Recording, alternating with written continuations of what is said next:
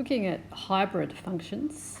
A hybrid is, if you think of something like a hybrid car made up of two different types of fuel, well, a hybrid function is made up of two or maybe more different functions, and they each have their own domain. So we're going to treat them all separately. The really important thing with these ones is to know where their endpoint is, so that we can see whether or not the endpoints are going to join together. So let's look at the following one. It says sketch the graph of the function given by, and there are three separate functions there. All of them are straight lines in this case, but that's not always going to be the norm. So the first one, minus x minus 1, we're looking at that graph for all of the x values when it's less than 0. So y equals minus x minus 1. Let's find the x-intercept there. We let y equal to 0. And of course 0 equals minus x minus 1. Bring the 1 across. Minus x equals 1. So minus 1 is equal to x. So our x-intercept is minus 1 and 0. The other thing is here we know that the y-intercept, and that's when x is 0, and that's the endpoint for us, is equal to negative 1. We can read it straight off or substitute it in. So 0, negative 1 is our other point there. Y equals 2x minus 1 is our next function, and it's only between 0 and 1. So let's have a look at those endpoints. When x is equal to 0, what do we get? We get y equal to minus 1. So 0 minus 1 is 1 point.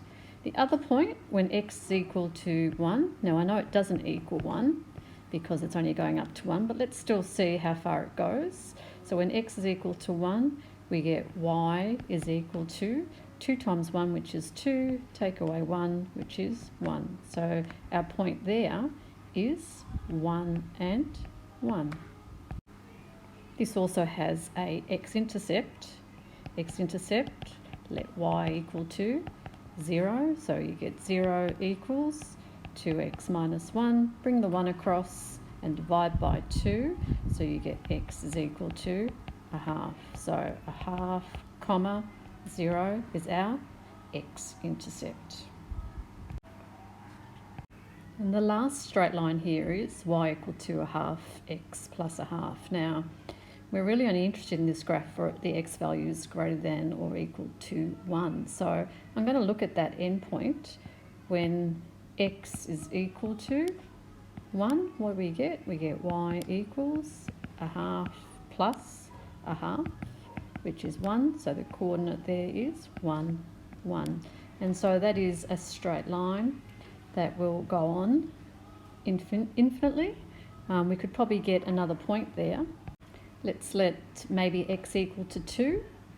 So I'm just taking a point that's bigger than 1, and it's a nice number. So we get y equals a half times 2 plus a half, which is 2 times a half is 1, plus a half is 1 and a half. So the coordinate is 2 and 3 on 2. So let's put them all together now in our graph. So putting all that information onto our graph now, we have the first line, which is y equal to minus x minus 1. And what did we know about that? We know that we had a x-intercept at negative 1, 0, and we had a y-intercept at 0, negative 1. Now we know that at x equal to 0 that graph does not equal negative 1, so we should have an open circle there at this point anyway.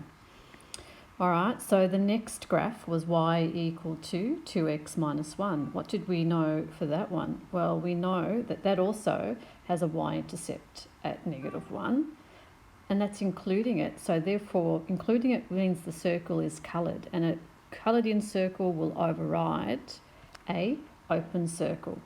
The other thing that we knew about this graph was that it went through the point, so the end point was at 1, 1. And it also had an x-intercept, of a half. So now we draw our line between those two endpoints. Make sure your line only extends as far as the endpoint, so from one endpoint to the other. Now, the last line in our hybrid function is a half x plus a half.